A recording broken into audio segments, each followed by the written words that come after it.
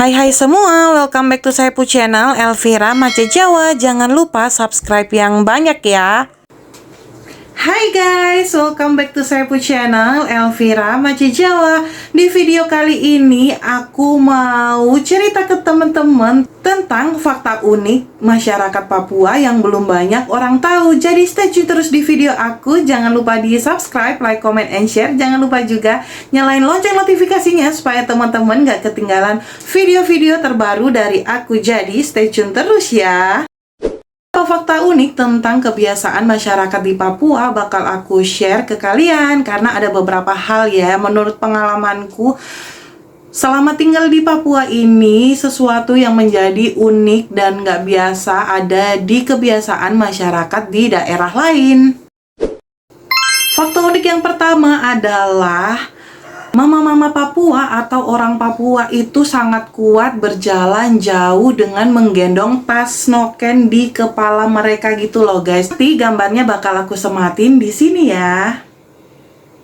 Untuk fakta itu adalah kebiasaan mama-mama Papua di Jayapura ya, karena aku domisilinya di Jayapura, itu masih sering terlihat mereka tuh berjalan kaki dengan menggendong noken yang besar. Teman-teman tahu kan, noken itu adalah tas khas dari Papua yang dirajut dengan tangan, kemudian berbentuk tas yang besar, kecil maupun sedang gitu ya, sesuai dengan kebutuhan. Nah, biasanya itu diisi dengan sayur-sayuran, bisa juga diisi dengan pakaian, bisa juga diisi dengan hewan ternak.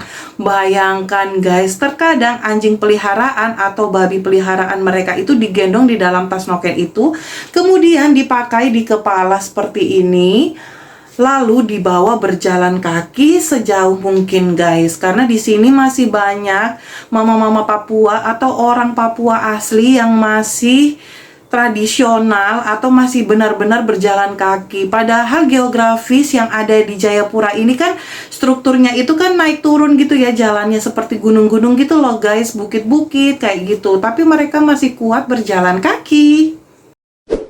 Fakta unik yang kedua adalah mama-mama Papua di sini pandai merajut noken guys. Teman-teman tahu nggak sih tas asli atau tas khas dari Papua yang bernama noken? Kalau teman-teman belum tahu, silahkan scroll video-video aku yang bagian bawah itu ada tas noken dari Papua gitu ya guys. Mama-mama Papua pintar merajut noken dengan cara otodidak. Teman-teman tahu kan caranya merajut tas itu loh guys, seperti menyulam. Cewek-cewek atau ibu-ibu di kota besar gitu kan pada ikut les privat menyulam atau apapun itu yang disulam pakai jarum dan benang itu loh guys. Nah, di Papua, mama-mama Papua sebagian besar mereka bisa merajut dengan sangat bagus. Kemudian hasil rajutannya itu bisa dijual di pasaran gitu loh guys. Itulah yang namanya noken. Karena apa? Itu adalah tradisi turun-temurun katanya dari nenek moyangnya yang dulu. Hasilnya, hasil rajutannya itu amat sangat bagus dan bisa dijual dengan harga yang sangat mahal. Fakta unik yang ketiga adalah masyarakat Papua sangat mahir dalam menari tradisional, yaitu Yospan. Yospan itu tarian Yosimpanco, tarian khas dari Papua ya guys. Di vlog aku juga ada tentang penjelasan tarian Yospan ini, jadi teman-teman bisa klik ya kalau yang belum tahu tentang tarian Yospan asalnya dari Papua. Nah, setiap perayaan biasanya ada tarian-tarian penghormatan atau tarian-tarian penyambutan, kemudian tarian-tarian adat suku tertentu yang aslinya dari Papua, yang biasanya setiap perayaan itu beda maksudnya, maknanya gitu ya guys. Jadi uniknya dari masyarakat Papua, mereka sangat mahir berdansa dan juga menari Yospan sejak mereka masih kecil loh guys, karena mungkin ini adalah tradisi turun-temurun yang sudah dilakukan dari nenek moyangnya ya. Jadi mereka itu walaupun masih dari kecil-kecil, biasanya ada juga lomba-lomba tarian Yospan dari tingkat TK sampai tingkat SMA, bahkan tingkat kuliah dan juga tingkat selanjutnya setelah kuliah pun ada gitu loh guys. Jadi mereka tuh benar-benar sangat mencintai tradisi asli dari nenek moyang mereka ya guys. Jadi kita patut meniru untuk bisa melestarikan budaya kita. Kemudian fakta unik yang keempat adalah mungkin ini sedikit agak ekstrim didengar, tetapi ini tidak menakutkan sama sekali ya guys. Jadi biasanya aku mengamati atau sering melihat masyarakat Papua, terutama untuk yang laki-laki, sering membawa seperti senjata tajam atau yang disebut parang gitu ya guys.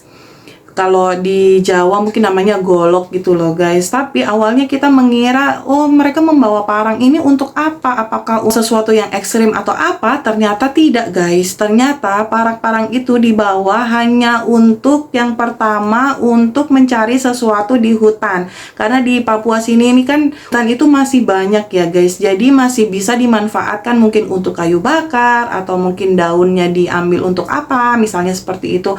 Atau mungkin mengambil sayur di hutan, atau mungkin mengambil bahan makanan dari hutan, seperti itu ya guys. Jadi ternyata senjata tajam yang biasanya dibawa sehari-hari itu adalah untuk mencari kebutuhan sehari-hari yang ada di hutan. Contohnya itu tadi, kayu bakar, sayur, atau mungkin olahan-olahan bahan makanan yang lain, atau mungkin bisa jadi dijadikan alat untuk berburu hewan di hutan ya guys. Oke guys, fakta yang terakhir, yaitu fakta yang kelima, adalah masyarakat Papua itu punya satu hobi yang menyenangkan. Apa itu? Yaitu mereka itu pandai menceritakan mop. Teman-teman tahu nggak sih, mop itu kalau di Papua sini itu namanya cerita lucu. Adalah cerita lucu khas mereka sendiri. Bener lucu karena itu menggunakan gaya bahasa mereka sendiri dan menjadi ciri khas mereka juga. Biasanya para komika-komika yang sudah sampai Jakarta, yang sudah sampai di stand up comedy, biasanya mereka membawakan mop-mop ini sehingga menjadi lebih seru, lebih lucu, dan lebih asik didengar. Contohnya tuh kayak komika Mamat Alkatiri atau Ari Kriting gitu ya guys. Itu biasanya mereka menggunakan gaya-gaya stand up dengan menggabungkan mop-mop lucu dari Papua.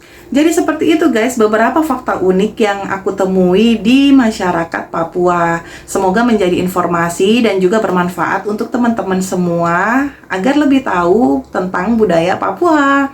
Semoga teman-teman suka dengan video aku, dan juga semoga video ini bermanfaat buat kalian. Jangan lupa di subscribe, like, comment, and share. Jangan lupa juga nyalain lonceng notifikasinya supaya teman-teman gak ketinggalan video-video terbaru dari aku. Semoga aku bikin video bisa lebih berkembang lagi dan juga lebih baik lagi daripada yang sebelum-sebelumnya. Thanks for watching and see you on my next vlog. Bye-bye! Bye-bye!